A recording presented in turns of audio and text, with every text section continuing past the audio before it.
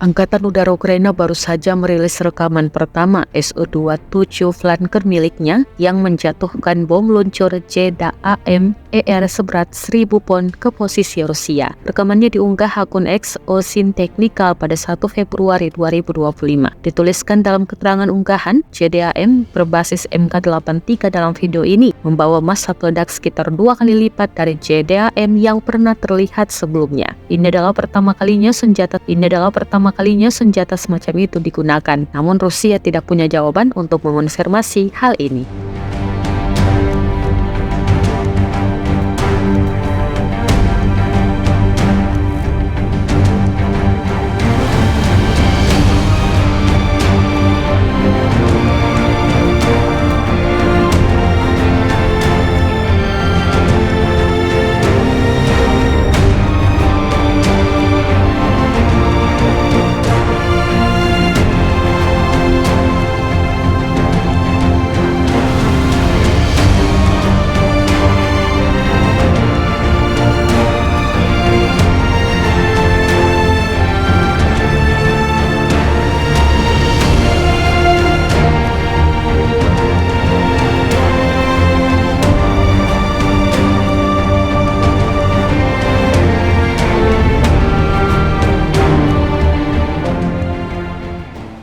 Download Tribun X sekarang, menghadirkan lokal menjadi Indonesia.